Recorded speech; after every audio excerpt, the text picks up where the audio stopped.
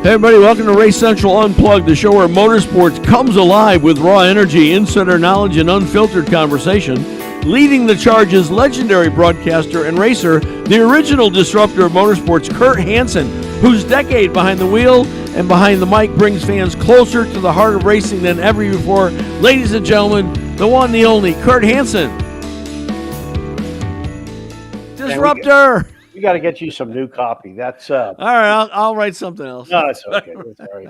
So I'm getting used to it. I like it. How was Wallingford today? Oh, it's good. It's good. It's cold. It's cold, but it should be cold. You know, it's in the 50s, and it's going to drop, and leaves are falling, and you know, it's very appropriate for this time of year. Yeah, very appropriate. Yeah. It's 45 outside today. That's the high. Oh wow! No, we were 54 on Sunday, but man, after that it goes right to 40s and 50s. I mean, 50s, 52 will be a high coming up. So yeah, I'm not enjoying it much. I really wish I was going to be in Phoenix for NASCAR this week, but lots to get done and get prepared for. Sure. Our PRI extravaganza, which will be very fun. Interesting weekend. Formula One in Mexico, obviously. NASCAR is set the Final Four for the championship round in Phoenix this year, which will be the last year in Phoenix. Really? Then they go, and I've been the advocate of this for a while, even though I love going to Phoenix for the series finale when it's 80 degrees outside. They're going to go to Daytona. I kind of like that. That's like the NHRA. They start at Pomona, they end at Pomona. They're going to finish at Daytona? They finish at Daytona. No kidding. So, yeah, good for Daytona, bad for me because I don't want to trek all the way out to Daytona. Sure. At the end of November, I really enjoyed going to Phoenix and, being warm and sunny and all that kind of stuff. But, hey, it's the way it goes. NHRA goes to Vegas, which is ironically the race I met my wife at so many years ago.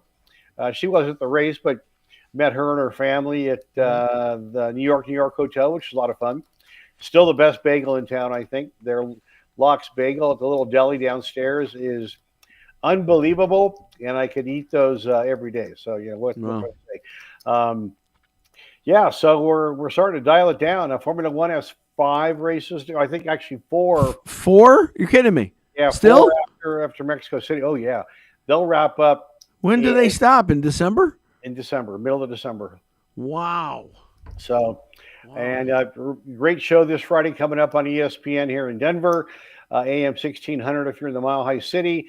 For those of you that follow us around the country and around the globe, go to racecentral.live and click on the Listen Live button, the ESPN button, and you too can listen to the greatest names in motorsports from the front range to Formula One. Mm-hmm. So all that's going on, and it's starting to definitely feel like winter here. So yippee! I saw this. It popped up, and it was from a week or so ago when NHRA was in Texas for the Fall Nationals. Mm-hmm. They had their most watched telecast ever. Fox is doing a bang-up job. 2.065 million viewers, and it peaked out at 3.6 million. Yeah. For highest rating ever for television for NHRA. So yes, Fox is getting it done. They really are. Oh my gosh. Well, here's the question. Are crushing it. And they were the top viewed motorsports platform that weekend. But here's, the if you really want to do the deep dive, the drill down has been ESPN used to have it back in the day, and it was tape delayed. It was late at night. Blah blah blah blah blah. And Fox definitely has done a great job. I agree. The broadcasts are much better. Obviously, a lot of races are live on Fox Sports 1. But a lot of people have raised the question, are these truly new fans that have come to the sport? Or is this just a big increase in fans that always follow drag racing that now can consume it in a more regular time zone and much easier? Nobody really wants to answer that question. So, but honestly, when I think about it, I wonder, who cares? The numbers are the numbers, and all sponsors care about is eyeballs. I mean, that's not all, I shouldn't say. I'm saying, Right. but when it comes to media, they care about the numbers. Well, there's no So doubt. whether there's new people coming in or they're just old returning fans, Yeah. you get 2 million people watching a drag race. That's a stinking big deal. It I really agree. is. Yeah. And what is not included in that is all the digital numbers from all the Right. streaming Right. platforms. So, that's got to be a real thing too, moving forward, because I think their digital numbers are pretty darn good. Yes. But yeah, it's you know, Fox is killing it. but I got to tell you, that sport's got to figure it out and figure it out real soon. Yeah. Because we have discussed many times, there's rumors about major sponsors that will leave the sport. Napa being one. Hmm. Matco Tools, when Matco leaves, will Antron Brown still move forward? Right. Yeah. Skag is a big time, backer Mhm. in Funny Car, in Top Fuel, and in Pro Stock. Sure. So, if that happens now, I talked to the president of Skag in Arizona earlier this year, and he finds it really works, but he works it kind of from the back end forward, bringing out a lot of Skag dealers, Sure. and they do a lot of promotion in the market, and they find a big lift in their sales post event, but it's really driven by the Skag dealers, and then Skag dealers may bring out a few of their best customers, or maybe customers they're wooing. So they've got it down pretty good, and they track everything, and that's it works good for them. But I mean, who knows? I think that's one of the greatest sells of motorsport sponsorship is at the track. I mean, it's not like you get put in a box at a ball game or a hockey game or something, which I'm not knocking. I love doing it. I'm going to a hockey game tomorrow night with my son, but racing's different. It's so experiential, particularly again IndyCar, because that's what I love. You're there, you're hearing it, you're feeling it, you're smelling it. I mean, you get access to drivers, more than you would get to baseball players. You can go to batting practice early if you want. Maybe you get a ball, maybe you get an autograph. You get so much more access in motorsports, and again, particularly IndyCar. But I think it's a great thing for companies to take advantage of the hospitality opportunities, bringing folks out. Letting them really experience what they can offer through their companies, and bringing clients, bringing associates, whether it's other sponsors or dealers. It's huge. Well, we always said when we were pitching IndyCar back in the day, or Champ Car back in the day, and even pitches we have now, for every dollar you spend on the track, you should spend a dollar in collateral stuff. Right.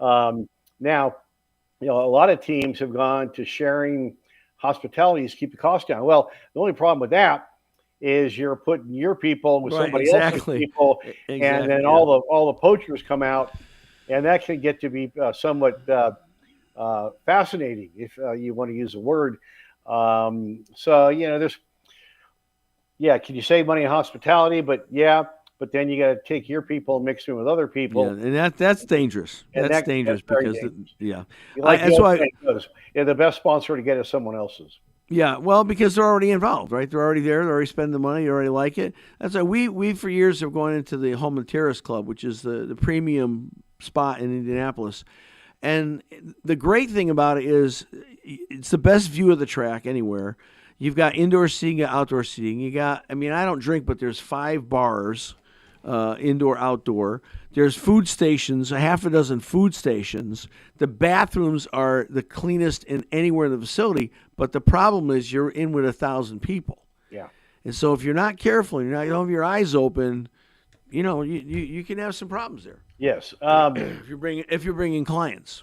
Yeah, and that's how the teams navigate that is having people like JP or myself or whatever that are really being watching the herd very carefully and trying to prevent that from happening. But boy, it's tough.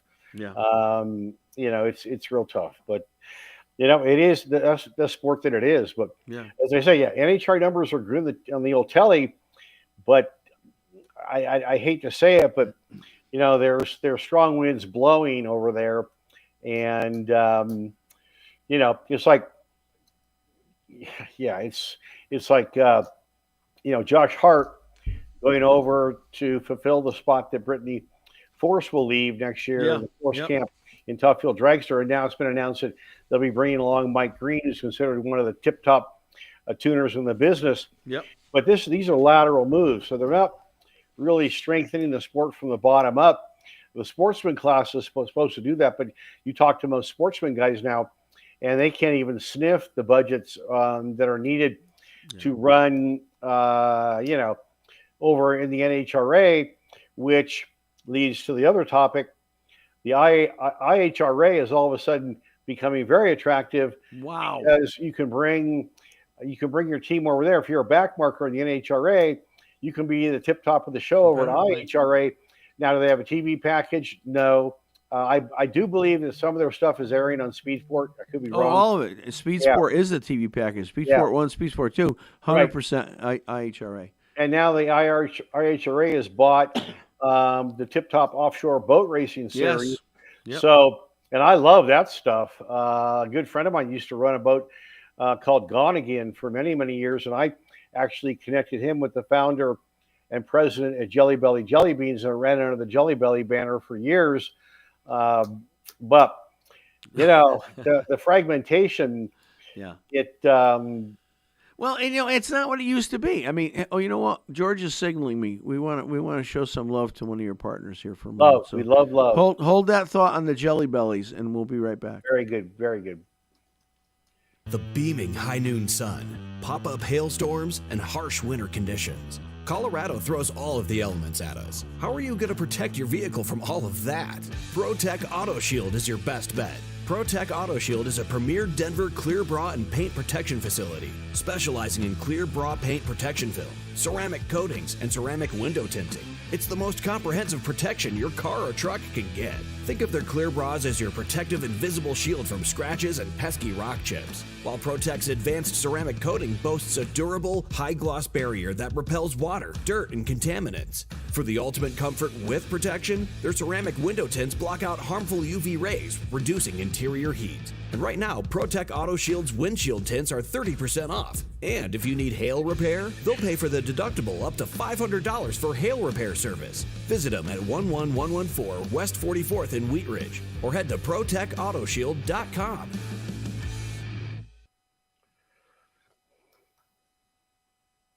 There you are. His faithful sidekick, Will Marotti. Hey, so we're talking Jelly Bellies. I would, if I was in one of those racing boats, that would describe me, Jelly Belly. I would be sick as a dog. I can't believe those guys are the craziest people in the world. You're taking those boats and going, 100, 125, 100 mile an hour on. It's like they say when those boats crash, it's like just like crashing concrete. The water, it's so hard. My gosh! Same is true in which used to be the Forrest Lucas's deal, the Lucas Oil Drag Boat Series, which is kind of gone by the wayside. But they they go 260 miles an hour on the water.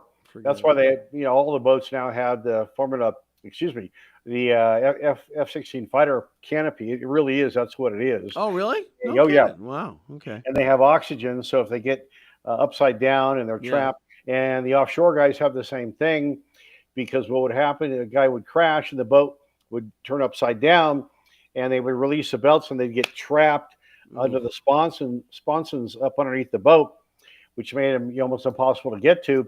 And then they would, no oxygen be a bad thing. Last time I checked, breathing is good. So, I mean, there's a lot of stuff. But I used to love going to Arizona. I'd go down for the NASCAR race, and then the week after would be the Lucas Oil Drag Boat World Finals there at Firebird Pass, Wild Horse, whatever you want to call it. And I mean, that's amazing. I mean, you want to see water shake, you stand in the water, and the vibration goes all the way up to your body, much like standing behind a top fuel car or a funny car at the NHRA. But I think the IHRA's timing is really good now, and we'll have to see what happens, because there's quite a few people that are going over IHRA racing, because it's hard to say, but you get a lot of bang for the buck. They Well, just I need know Megan Meyer, who we've had on the show before. We'll be seeing her in PRI, two-time NHRA alcohol champion. She's been running IHRA and doing quite well over there. She and her sister. Here's a story that not getting a lot of attention, but I think it's noteworthy. I don't know what the NASCAR feel was when they raced at Mexico City. I got a sense it wasn't good. There was some controversy. Bubba Wallace maybe said something that was inappropriate. I don't know even what it was. And IndyCar, led primarily by Pato O'Ward, wanted to go there, and both races are not there in 26. And they're saying Mexico City, if you're saying it's World Cup soccer, that played the biggest role in not having either of those races there. But the Mexico people are telling both NASCAR and IndyCar people to continue to build relationships and foundations for 2027.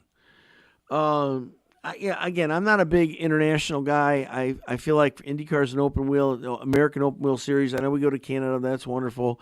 I'm not thrilled about. I mean, I'm okay with Mexico, but I don't want to go to Australia. I don't want to go to Brazil. I'm not looking for it to be an international series, and I don't think the fans are either. But what do you think about the soccer World Cup keeping both NASCAR and IndyCar out of Mexico City for 2026? It's not surprising.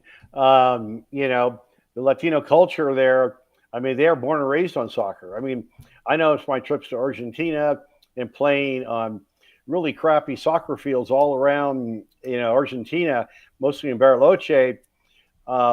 You can't keep the kids away. It's like it's born into their blood. Yeah. So, I mean, the crowds in Mexico City will be unbelievable. Really? And they're tailoring their economic decisions to, like anybody would, the biggest draw. And I have a very, very good friend of mine who is on the U.S. Olympic Committee.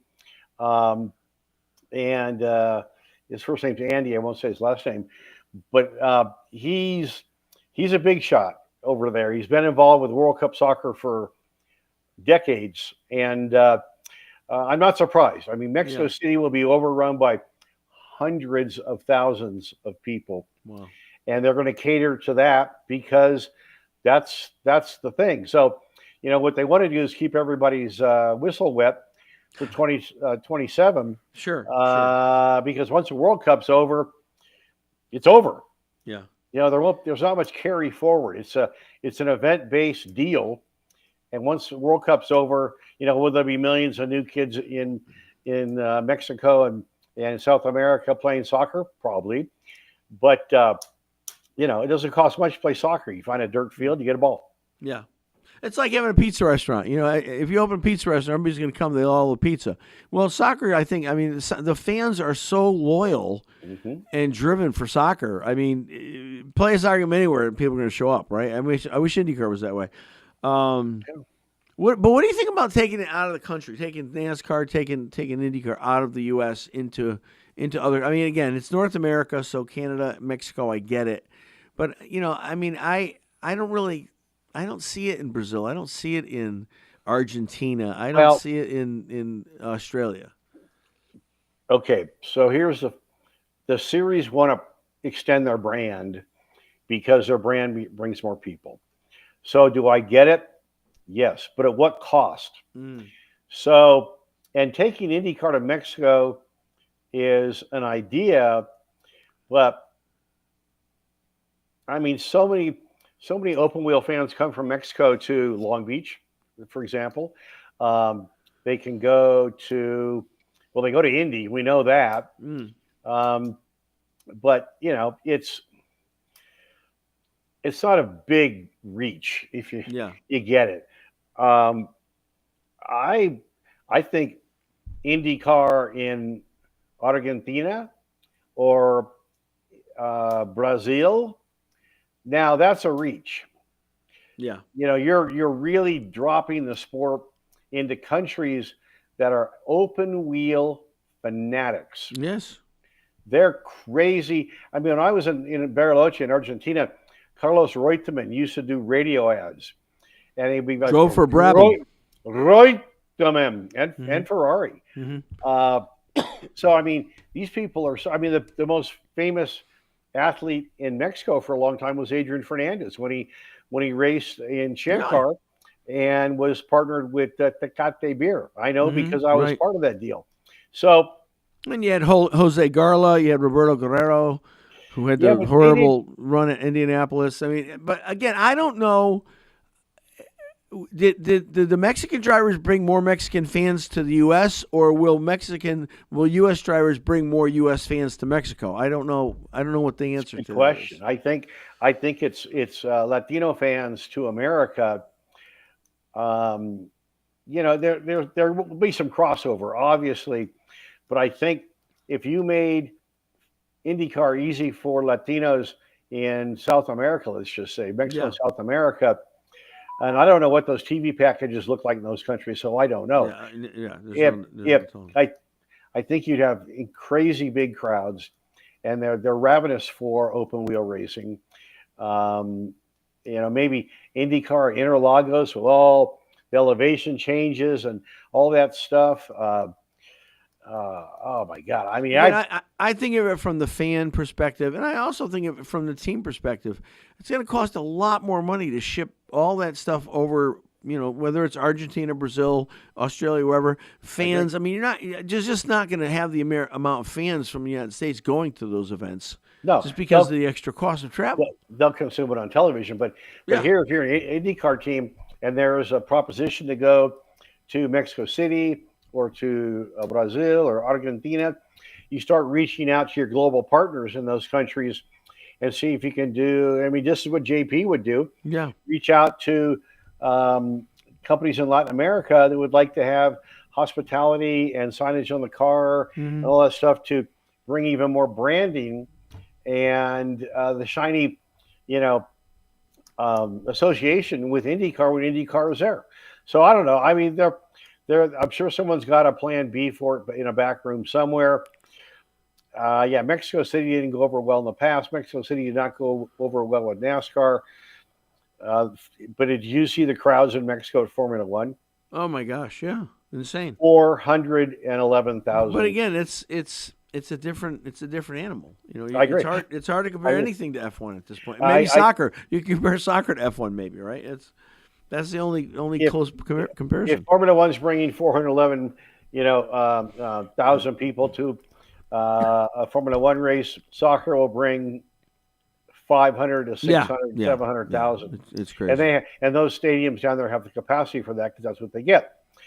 Um, yeah, interesting. I think I read somewhere that uh, interest in Formula One in America is up like 550%.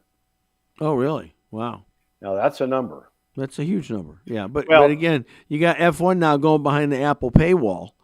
yeah. I don't think that's going to be good for viewership, but apparently F1's about the money. That's what I was told. Well, think about it. Back in the day, we had Formula One in Long Beach, we had Formula Yeah. One at Watkins Glen, we had Formula One in Vegas, we had, Now you I got think it was it. Coda.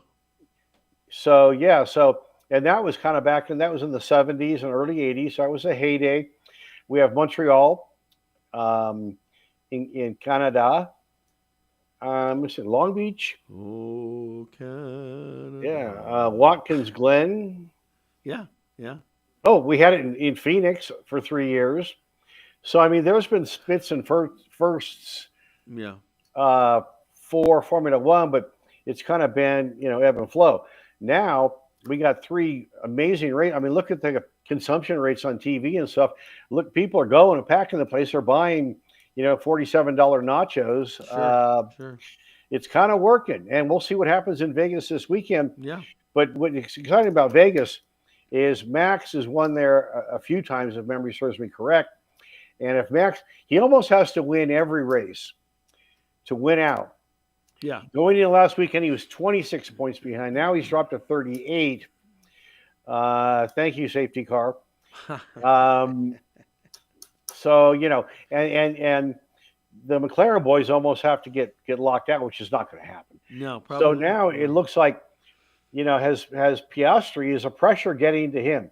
He only qualified seventh at Coda, and it should be Mexico City, and he was about that in Coda. it looks like Lando's got the bit between his teeth again, because I It think seems that the momentum is shifting back to Lando. Exactly. absolutely, Yeah. and he's more experienced, so I totally get that. But if you think Max is going to back off at all, No. I think Zach Brown's biggest concern was, what am I going to do to keep these two guys from crashing into each other so that we don't wreck our championship? And I think he still has that problem. Sure. But now that the addition of the problem is, here comes Max. I said a week ago that I thought the Red Bull was better than the McLaren. Mm-hmm. You know, I still believe that, but I believe that for whatever reason, Red Bull's off the pace in Mexico City. But hang on, here we go. We go to Vegas, and all it's going to take is a little slip up by, I mean, who knows? Maybe the McLaren boys take each other out. Max wins the race, and now we got a whole new, because you get 25 points. Ball game. Yeah, you got 25 points to win a race, and if you get one more point, if you set fastest lap, and you also finish in the top 10. Well, if Max sets fastest lap, you know he's in the top 10. So I don't know, man. It's going to be a lot. I said before the season started, I thought McLaren was going to take the Manufacturers Championship and also the Driver Championship. I'm not so sure anymore. I think Max is on a roll. I think Mad Max is back. Well, and McLaren has to really poop the bed to lose this thing. Yeah. But it's back to which player is the one with the trump card? Is it Lando? Is it Oscar? Oscar had a good drive from starting 7th in Mexico City, but still,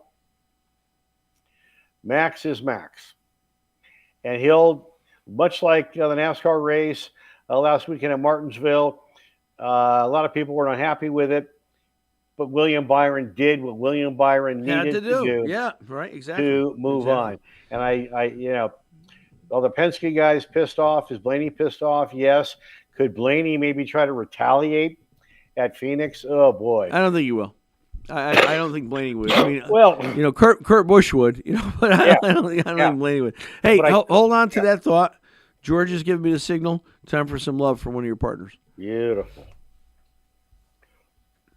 For over 30 years, Rocky Mountain Car Care in Broomfield has been your trusted, family-owned shop for everything your vehicle needs, from oil changes to engine rebuilds and everything in between.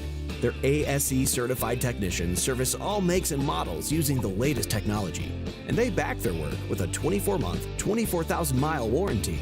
As a AAA-approved and Napa Auto Care Center, quality isn't just a promise, it's the Rocky Mountain Car Care standard. Their pit crew is loaded with decades of experience, including IndyCar, NASCAR, and Formula One crew experience. They bring championship-level precision and hometown service to bring you and your family across the checkered flag, or wherever you need to go. And right now, get 15% off your next service when you mention promo code Rocky Mountain. That's right, 15% off just for giving your car the care it deserves. Call today or schedule online at RockyMountainCarCare.com. Rocky Mountain Car Care. Hometown heart, championship level experience. Rocky Mountain Car Care, we're back. Race Central Unplugged, Kurt Hansen. There we go. A little reminder, Friday on ESPN AM 1600 here in the Mile High City, the Disruptor returns 3 to 5. It's a drive, and if you're not here in the Mile High market, you can listen on the stream at racecentral.live. Also, all the podcasts go up there. The audio versions of the radio show go up there, and of course this here fine piece of video consumption. So I talked about the NASCAR thing with Jesse Love, Rajah Caruth. Yeah, I mean, there's a few IndyCar things we could touch on. I noticed an interesting thing happening here, because when Penske bought the series and the track, we started hearing some talk that there was going to be a mandatory IndyCar rule that if you're an IndyCar team, you had to also run an Indy Next car, former Indy Lights car. Yeah. Then COVID came, that kind of died away, and didn't hear anymore. But now we're seeing a lot of IndyCar teams forming alliances with Indy Next team. For instance, we have just recently Ed Carpenter Racing formed an alliance with Cape Motors. You've got AJ Foyt, who's never run an ever run an X car. Foyt's formed alliance with HMD Motors. You've got already Ganassi running Indy Next cars. You've got Andretti, of course, running Indy Next cars.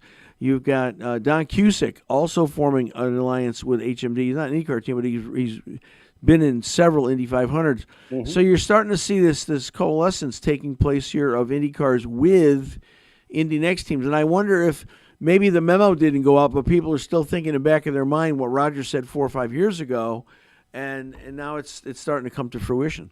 Terrible idea. Yeah. Burn that on the paper it's written on.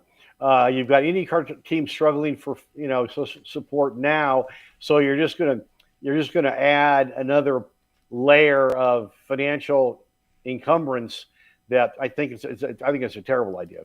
Interestingly enough, people who aren't doing it, Meyershank hasn't done it yet. Dale Coyne hasn't done it. Oh yeah, Penske hasn't done it yet. So don't say as I or do as I say. Don't do as I do, or whatever the hell that thing says. And again, no one's told me this. I know the talk initially was true that Penske was going to require everybody to run a next car. I know that is 100% true. For why it's happening now, I have no inside information. I'm just saying, I'm just reporting what's happening. It's happening. Well, and when you got Foyt running in Indy Next now, you know something's going on. The only thing I can see is that maybe it creates more interest in Indy Next. It also creates a race to sign top talent, but it could be Indy Next bankrupt. You make teams start taking on that expense. And, it's like having two restaurants. One can't find their ass with both hands, so the other restaurant makes good income.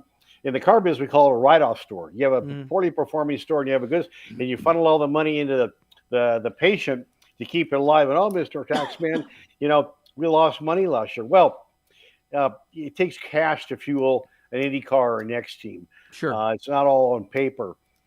And if you take on an Indy Next program, and you're already struggling as an IndyCar team, do you think that makes good financial sense? Yeah, I don't know. But again, I wonder if people are thinking, well, it's going to happen anyway, so we might as well be ahead of the curve. And that's that. Roger, check yourself at the door, brother. I mean, it's a terrible idea. Well, but see, he doesn't want Indy Next to fail, so he's basically, it's like a lot of racetracks. They give you a ticket discount, but you got to buy a ticket for Thursday, right, so you can and see nothing. It's like the NFL. You got to buy in your ticket package. You get preseason. You can't give those away, right? But you got to buy them to get your season. It's a bad idea. I can't.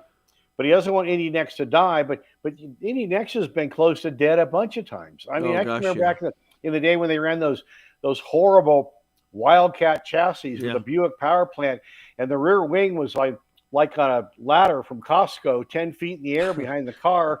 They looked like, and they were super dangerous. If you crash one badly, you can end your career right there. Sure.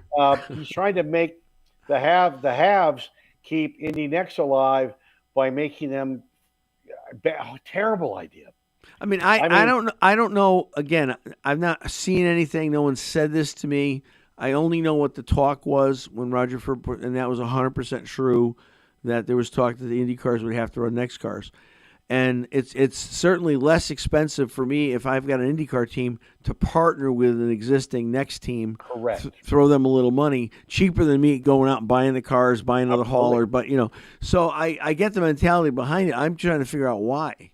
Well, he wants to keep Indy Next from failing. Yeah. I mean, and I think they should have left it as it was anyway. It was already the development series. Road to Indy was very popular. Again, is it just, well, if it's not Penske's entertainment idea, it's not a good idea. So break up Road to Indy, take lights out of it. I don't know what the thought process was. I would have left it alone. I think it was working fine. But they could call it Indy Who, and it'd be the same thing. Hey, can I bring another different story? Something we don't ever talk about, but I love the so particularly with Speed Sport. Speed Sport is also the official broadcast partner for the Trans Am series, Trans Am 2, and I was so happy to see this because I really like them a lot. They made their first appearance 2 weeks ago at Barber Motorsports Park. Trans Am's not been there before, and our good friend, and we've had him on the show before, Adam Andretti. won the Trans Am race there. It was a great showing, and you had a situation where Paul Menard was about 20 seconds ahead of Adam, and with about 10 laps to go, Adam closed the advantage with lap 16 and was able to improve without a virtual safety car, and was able to take the lead and led the last few laps and won the race. So congratulations to Adam Andretti. Congratulations to Trans Am for a successful season. Another good series. Oh. You don't hear a lot about it, but it's fun. It's a fun series. Actually, it's great to watch. 3 of my mentors when I started racing were very famous Trans Am people. Tom Gloy, who won a Trans Am championship, was a good friend. Good Formula Atlantic guy too. Yeah, Greg Pickett. Yep. And also Bob Lovenberg and Willie T. Ribbs. Yeah. So Adam was on the show. We try to have a Trans Am. It's America's longest running sanctioned race series. We try to have a Trans Am guy every week, and Menard's a great. And what's funny, it's kind of become a thing because Jennifer Trippi, who is their PR gal, who's a great gal. We just had Corey Day on last Friday's show. Oh, okay, Corey Day is the phenom coming from the Jeff Gordon camp as much as Connor Zilich is. We've got Connor coming up in a few weeks as Connor Zilich is on the Dale Jr. side.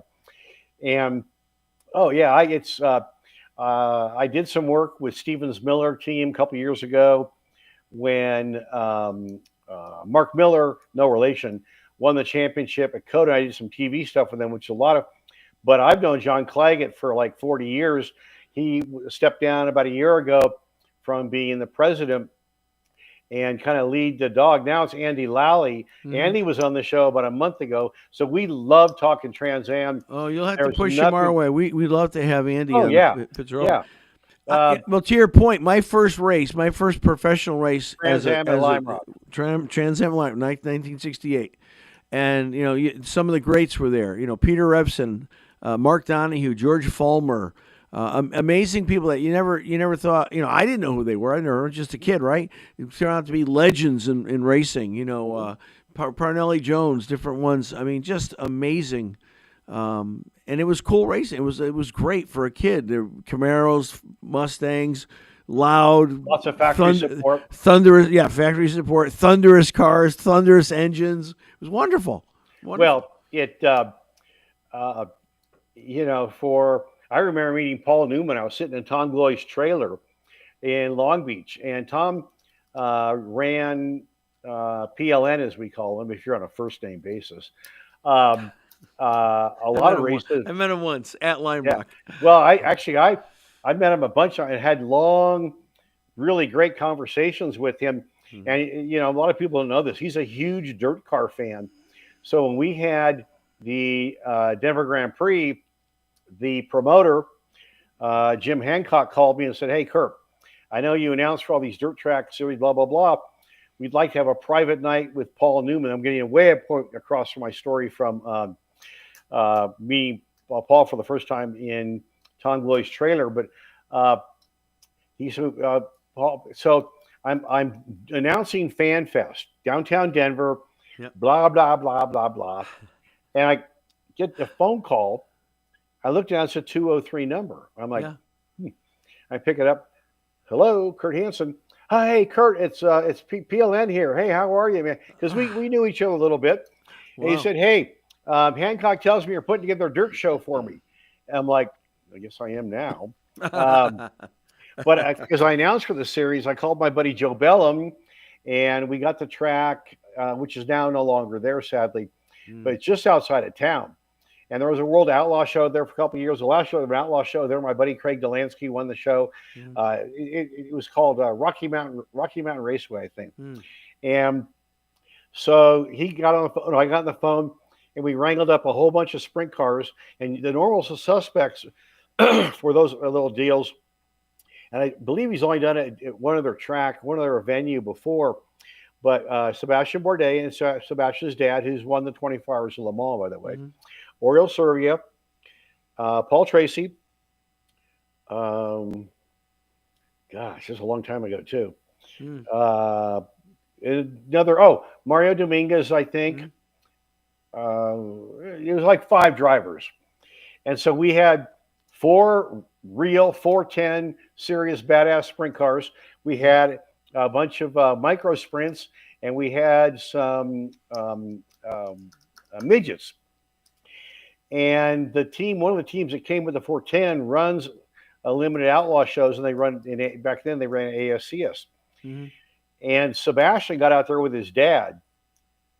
And I remember Rick Lowry, who builds great motors, and he had the team, said, because they had the times that Delansky ran back when they had the Outlaws there. And he said, you know what? With a little bit of work and not much, Sebastian could run the top 10 in any outlaw show in the country. And his dad was right there with him. PT was wicked fast. Oriole was wicked fast. Really? Wow. And it was and it wasn't supposed to be promoted. Well, of course, those guys couldn't keep their mouth shut. Mm-hmm. And the gal who was Paul's personal handler got very upset with me.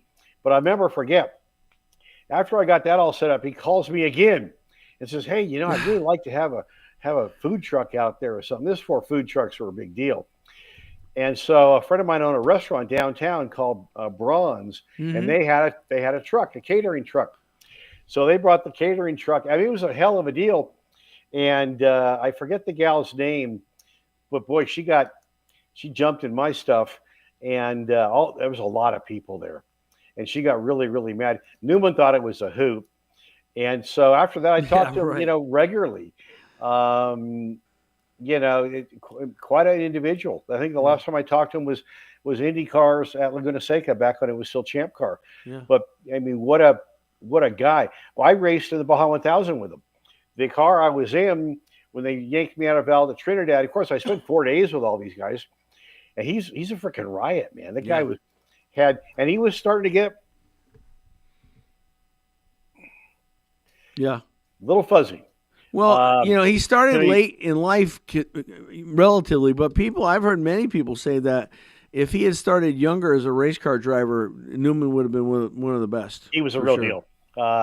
He was a real deal. But he loved dirt cars, and man, he got in that dirt car, and all of a sudden, everything was crystal clear because he went really fast. He was a blast to watch. Wow. The gal that handled, her name's on the end of my tongue. Same with the barbecue place. Anyway, but and Joanne, his wife, dreaded when he got in those dirt cars because he was really fast and he didn't know anything but stand on the loud pedal. Yeah. He was really fun to watch. Wow. He also he didn't drive in Baja the year I was there, but he was the navigator for the car that Rod Millen drove that I was navigator in. But fascinating man, and it's like Patrick. I didn't know that about him liking dirt. I didn't know that. Oh, I think the only other time he did it was Long Beach Grand Prix, and they ran at Ascot, if I'm not mistaken. But we did it 2 years here in Denver, and it was pretty special to be that closely aligned with Paul and those drivers. I mean, those drivers to this day Sebastian and Oriole are really good friends of mine. Yeah. Oriole was our first driver ever in Indy 2016. I mean, it was what an amazing experience, and he's a great guy and very smart, super smart engineer kind of guy. Yeah, he left his helmet bag, beautiful helmet bag, in the hauler that we used, Rick Lowry's hauler, and then he took off, and I had the bag, and so I reached out through at that time. What am I doing wrong? No, I'm just saying you took the bag. Right. No, I had the bag, and at that time, the PR gal is a gal I know very well, and I reached out to Kathy. Of course, now I say I can't remember her name. Kathy Lauterbach. And I said, "Hey, I've got Oriole's helmet bag." Yeah, and she says, "Well, let me talk to Oriole. I'll let you know." And Oriole called me. He says, "Kurt, keep that. I had that. That bag is probably." Because I got my new helmet. It's probably right in this room somewhere because I'm getting ready to go do that race. I swear to God. Actually, it's actually, I know exactly where it is now that I think about it. I've been so fortunate to get to do all the stuff that I've done in my life. And then back to the Denver Grand Prix, as I used to say back in the day in Long Beach, And Claggett told me when I was at COTA years ago that he really wanted to try to go back to Long Beach, but he needed a sponsor. He needed 100 grand. I said, you know what? I wish you'd called me. I could have made that happen, and I could have. I could have. All we needed was 100 grand, because besides Formula One cars, nothing against Indy cars, besides Formula One cars back in the day, which when they had the Formula One retrospective a year ago, nothing better than the sounds of in Long Beach, off the high rises, and across the harbor at the Queen Mary, which you and I'll be staying at, by the way. Thank you, Queen Mary. Thank you, Karen. The only thing that sounded better were throaty, big V8s in Trans Am cars in the streets of Long Beach. And I would love to see them get back there somehow. Oh, but that'd be great.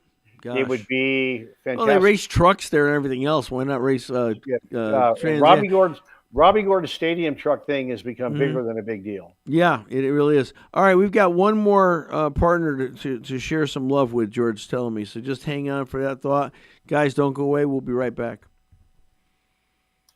Car lovers, hot rod collectors, and gearheads, your dream garage just became a reality. Store your four-wheeled pride and joy at Titan Car Condos, a secure, gated community built for people who speak the language of horsepower. With 24/7 surveillance, electric climate control, and 100-amp, 120 or 230-volt power options, your prized possession is safe, powered, and pampered. Every unit features a water bib, natural gas bib, and fire suppression system with optional mezzanines to customize your space. Create your own theme to show off your sweet ride. Rub shoulders with like-minded hobbyists, swap stories, and build your collection in comfort without breaking the bank, thanks to Titan Car Condo's low HOA fees. You and your new motorhead friends can kick back in their 3-story clubhouse with a covered rooftop lounge, outdoor kitchen, and pristine mountain views. With easy access to US 85, Titan Car Condos is where automobile passion meets premium space. Get all the details by visiting TitanCarCondos.com today.